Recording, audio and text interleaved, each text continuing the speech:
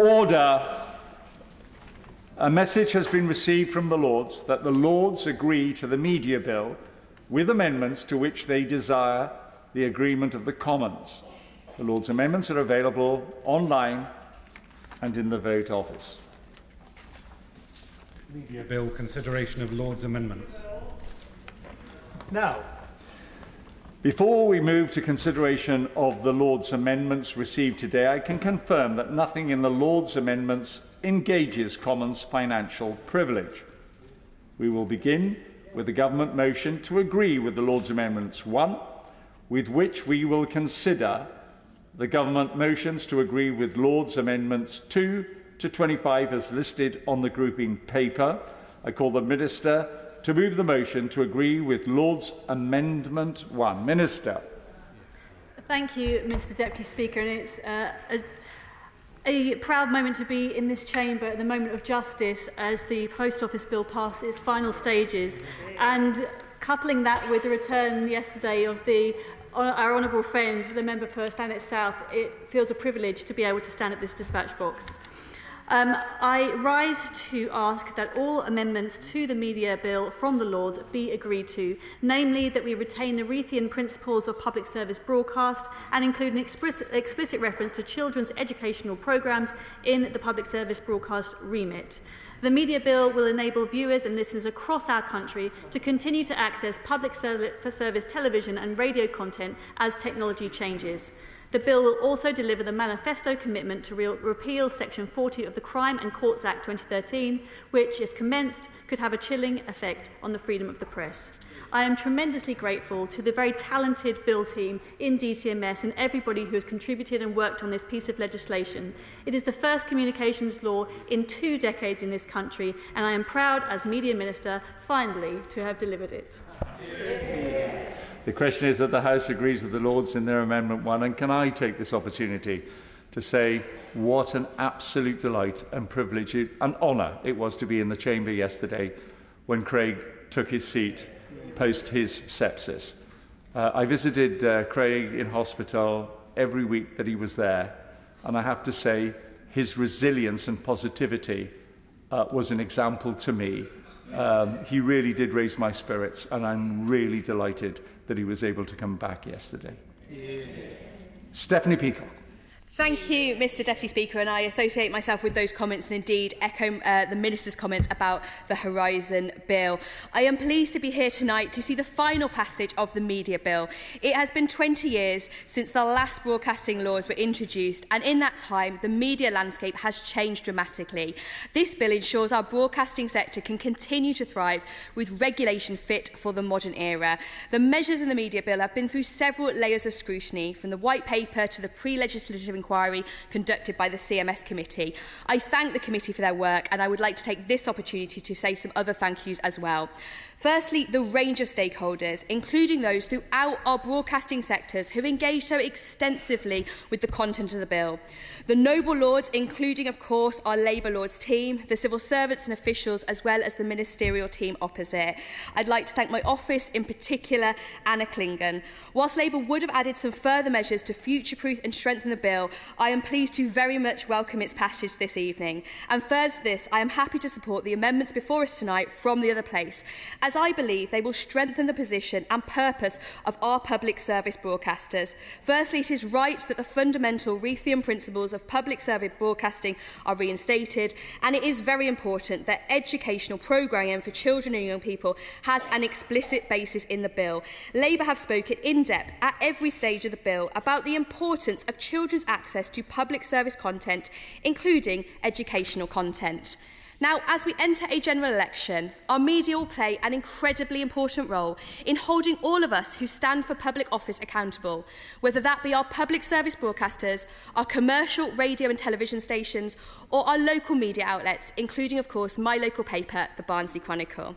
Our media and broadcasting sector will and always does play a fundamental role in our society and democracy, and I'm pleased that this legislation will secure their future and enter the statute statute books. Now, as we enter the election period, I would like to wish colleagues across the House, especially those who are retiring, my very best. Of course, the member for Halifax, and also my honourable friends, both Deputy Speakers who sit in your chair, the member for Doncaster Central and Epping Forest. And colleagues across the House, my very best wishes. Here. Kirsty Blackman. Thank you very much, Mr Deputy Speaker. I probably will hold on the thank yous because I think I'm probably here again tomorrow and will maybe get an opportunity to do that then. I just wanted to talk specifically about the media bill. We've supported the media bill throughout its passage and will continue to do so. But I do need to flag a few of the issues that we continue to have with the bill, although we're not going to vote against it today, just to make that clear to everyone. In terms of some of the positives around the bill, the changes that there are in relation to radio services, particularly when it comes to on-demand services like Alexa, for example, are positive. I think the government could have gone further when it comes to in-car broadcasting, for example. Local radio is so incredibly important. In Aberdeen, we've got North Sound and we've got Original 106, who are absolutely fabulous and who I get almost very well most of the time. But in those local radio stations are incredibly important when it comes to resilience. And as the Cabinet Office spokesperson, I know how much people rely on those, particularly when it comes to local events like flooding, so that they know what is happening in their local area. So I'm really pleased to see that recognised. I'm really pleased at the comments that all of the ministers throughout this passage made about the importance of local radio. In relation to the public service remit, I'm pleased to echo the comments by the Shadow Minister in relation to education. It was also something that we were happy to support the inclusion of educational content in the changes that were being made. We were also happy to support around the programming quotas that there are, although I think there could have been more done around regional quotas, for example, particularly some of those that just specify outside the M25, for example. I think you could go further in ensuring that regional content is spread across the United Kingdom. I do appreciate that a significant number of the public sector broadcasters do that, but I think it could have been legislated for in order to keep them to that into the future. The prominence in on-demand services is incredibly important because that is such a main way in which people are watching television nowadays. I still have concerns about the fact that gaming consoles are not included. So, for example, if somebody is watching on their PlayStation, then the level of prominence for PSBs is not included there. And I think that's something the government may have to change in the future because it only applies to those things that are mainly for watching television. So I do have concerns in relation to that. The last couple of things that I've got concerns about the listed events in relation to Scottish football, given that we've got the Euros coming up, given that we have got finally Scotland actually doing decently and getting to the finals of an event. It's been an awful long time since we've had this level of optimism around football in Scotland. I think more could have been done to ensure that listed events, particularly those around Scottish football, for example, given the massive levels of support there are in Scotland for football and for our national football team, I think that would have been a positive step forward. So I would appreciate any changes that anybody can commit to making in the future to ensure that we can have free-to-air football so that we can see our national team free to air and that we are not the only ones that are excluded from that. In terms of terrestrial broadcasting and the future of terrestrial broadcasting, it was mentioned a significant number of times throughout this bill.